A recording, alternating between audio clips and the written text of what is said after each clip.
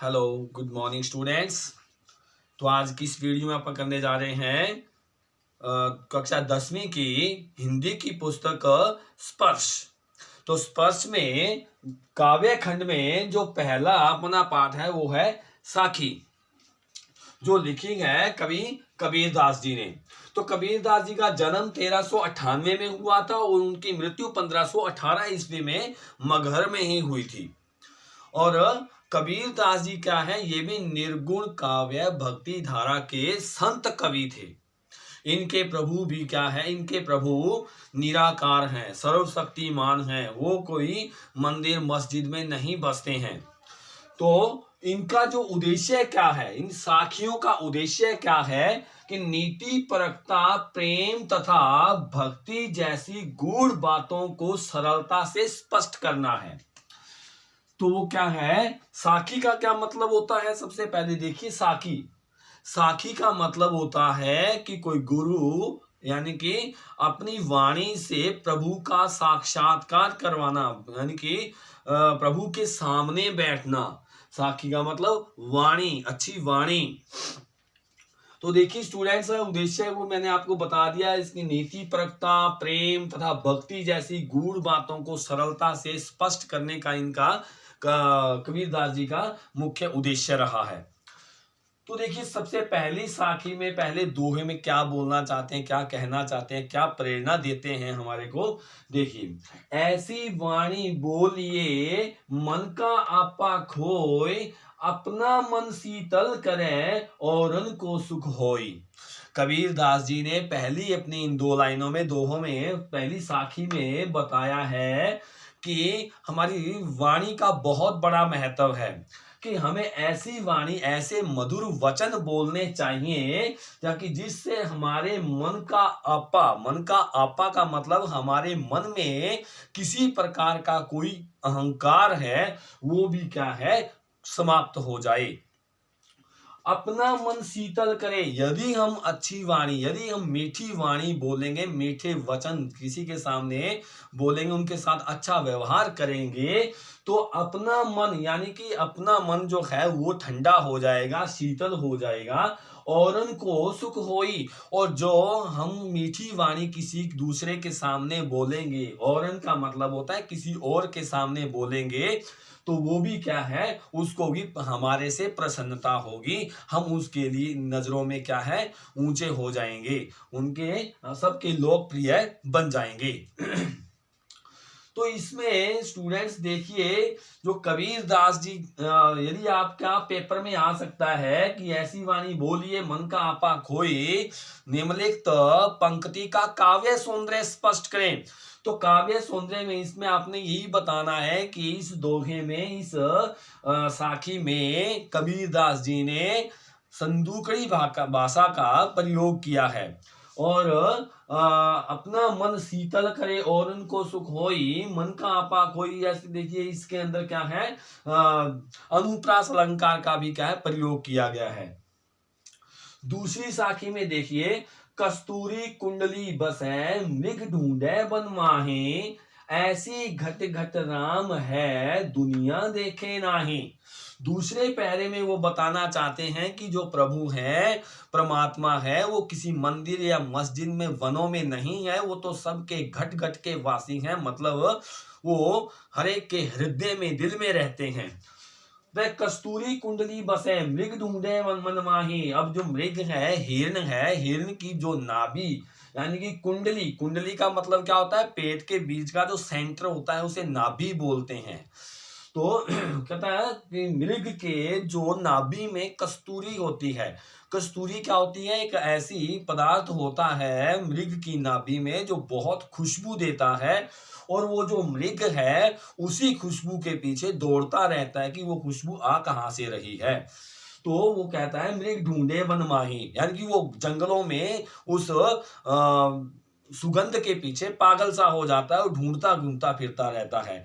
उसी प्रकार ऐसे घट घट राम है दुनिया देखे नाही। ऐसे ही कबीरदास जी कहते हैं, ऐसे ही जो हमारे परमात्मा है, हमारे राम है, वो हमारे घट घट में, घट घट का मतलब हमारे हृदय में, प्रत्येक दिल में, कण कण में समाये हुए हैं। और जो दुनिया है उसको देख नहीं पा रही है। दुनिया है उसको जंगलों में, मंदिर मस्जिदों में ढूंढती हुई फिर रही है, लेकिन उसको सूक्ष्म दृष्टि से देख नहीं पा रही है।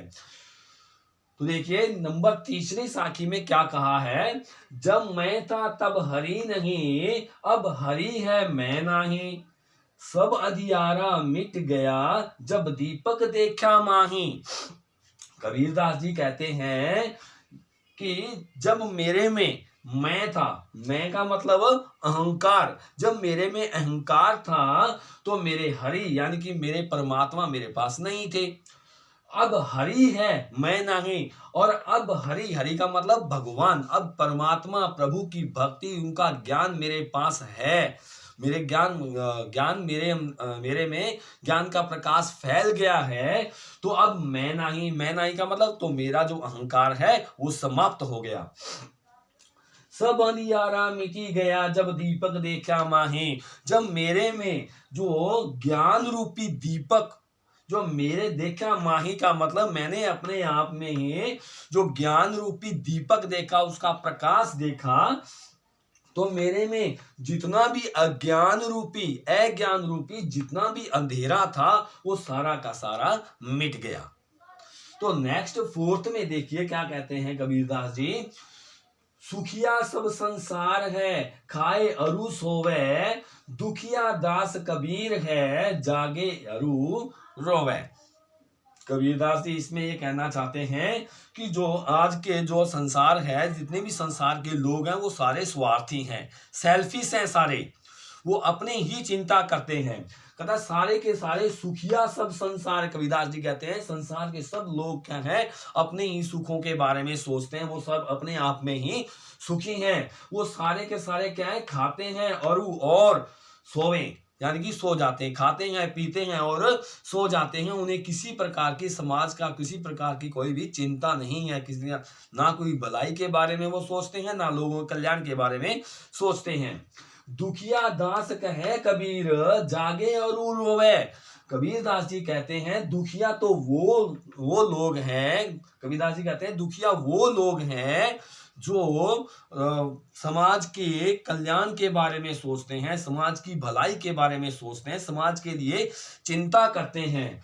वो जब जाग जाते हैं यानी कि जागे अरु रोए, यानी जब वो जाग जाते हैं तो वो संसार की दशा को देख करके रोने लग जाते हैं।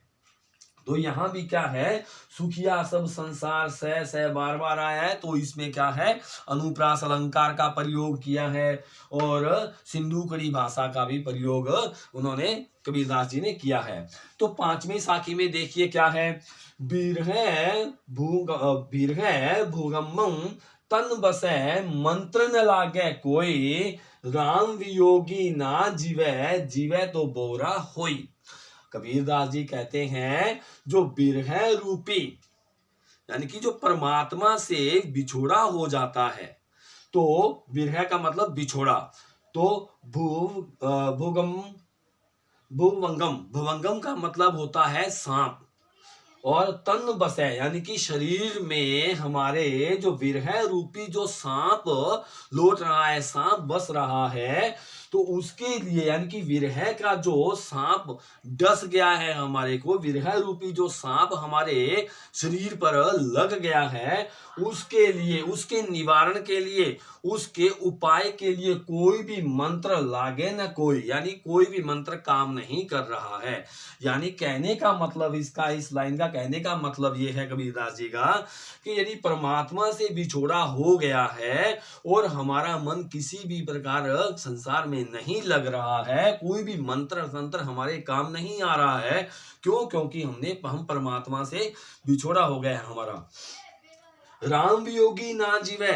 कबीरदास जी कहते हैं इसी प्रकार राम से यानी कि परमात्मा से बिछोड़ा हो जाने के बाद वो जीवित नहीं रहता, न जीवै, जीवित नहीं रहता।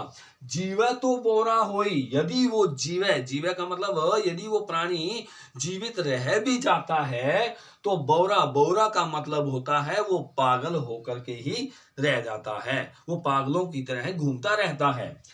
6 नंबर में देखिए, निंदक नेड़ा राखिए आंगनी कुटी बधाई, बिन साबन पानी बिना निर्मल करे सुभाई। कबीरदास जी कहते हैं कि निंदक, निंदक यानी कि हमारी जो बुराई करने वाले होते हैं, हमारे कमियों को जो लोग बताते हैं उनको नेड़ा, नेड़ा का मतलब उनको अपने पास रखिए, रखिए का मतलब रखना, यानी कि निंदक को अपने पास रखिए, उनको ऐसे रखिए जैसे आपने अपने आंगन में, घर के आंगन में ही उसकी कुटी बंधाई का मतलब कुटिया बना करके उसकी अपने आंगन में ही रखिए। यानी कि क्योंकि वो हमारे गुण दोषों को देखता रहता है और वो हमारी कमियां बताता रहता है, हमारे को पता चल जाता है कि हमारे में ये कमी है, तो हम उस कमी को क्या है अपने आप उसका हल कर लेते हैं। बिन साबन पानी बिना निर्मल करे सुभाई। वो लोग जो निंदक लोग होते हैं वो हमारे गुण दोषों के जो मैल होते हैं उसको बिना साबन के और बिना ही पानी के क्या है निर्मल साफ कर देते हैं। तो कबीरदास जी ने यहाँ क्या है निंदक का भी महत्व बताया है। नंबर 7वें में देखिए, पोथी पढ़ी पढ़ी जग मुआ पंडित भया न कोय, एके आशिर पीव का पढ़े सुपंडित होई। कबीरदास जी कहते हैं कि बड़ी बड़ी किताबें, पोथी का मतलब है बड़ी बड़ी किताबें, ज्ञान की बड़ी बड़ी किताबें, पढ़ी पढ़ी का मतलब होता है पढ़ पढ़ करके सारा जग यानी कि सारा संसार मर गया, लेकिन कोई भी पंडित यानी कि कोई भी सज्जन विद्वान यहाँ पर भयानक कोई भी नहीं बना। अर्थात कहने का मतलब ये है कि उन लोगों ने बड़ी बड़ी किताबें पढ़ने के बाद भी उनको ज्ञान नहीं आया, वो संसार को चिंताओं से मुक्त नहीं कर पाए। एक ही आशिर पीर का कबीरदास जी कहते हैं कि यदि वो परमात्मा का एक अक्षर भी, परमात्मा का यानी कि परमात्मा के लिए प्रेम का एक आशिर का मतलब अक्षर, पीव का मतलब प्रेम, यानी कि परमात्मा के एक ही अक्षर के प्रेम रूपी अक्षर को उसने पढ़ लिया तो पढ़े सु पंडित होई, वो क्या है वो पंडित बन जाता है, वो ज्ञानी बन जाता है, वो संसार के लिए एक महान व्यक्ति भी बन जाता है। 8वां देखिए, हम घर जाल्या आपना लिया मुरारा हाथ, अब घर जाड़ो ताश का जे चले हमारे साथ।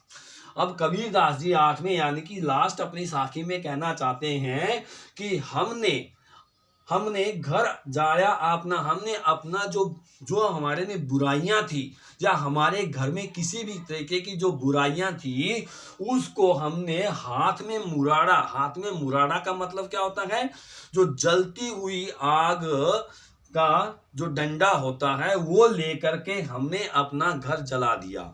यानी कि घर कौन सा जला दिया, जिसके अंदर बुराइयां थी वो बुराइयां रूपी जो वह घर हमने वो जला दिया। अब घर जाड़ो ताश का मतलब उसका, कहता है अब हमने अपने आप को सुधार लिया, हमने अपने घर को सुधार लिया और हमने अब दूसरों का घर सुधारने के लिए किसका घर सुधारेंगे, जे चले हमारे साथ, यानी कि जो हमारे साथ चलना चाहता है, जो संसार को सुख के मार्ग पर लाना चाहता है, संसार में अच्छाइयां लाना चाहता है, संसार में यानी कि किसी भी प्रकार के जितनी भी चिंताएं हैं चिंताओं से मुक्त करना चाहता है, उसी के घर को क्या है हमने बुराइयों से मुक्त करवा देना है। तो स्टूडेंट्स ये हमारी 8 साखियां पूरी हुई हैं। पाठ्य पुस्तक के पीछे जो क्वेश्चन आंसर दिए हुए हैं, जो क्वेश्चन दिए हुए हैं वो सारे के सारे आपने इसी वीडियो को देख करके ही आपने क्या है उसको लिखने हैं। यदि कोई क्वेश्चन आपके समझ नहीं आ रहा है तो आप मेरे से बात कीजिएगा। धन्यवाद।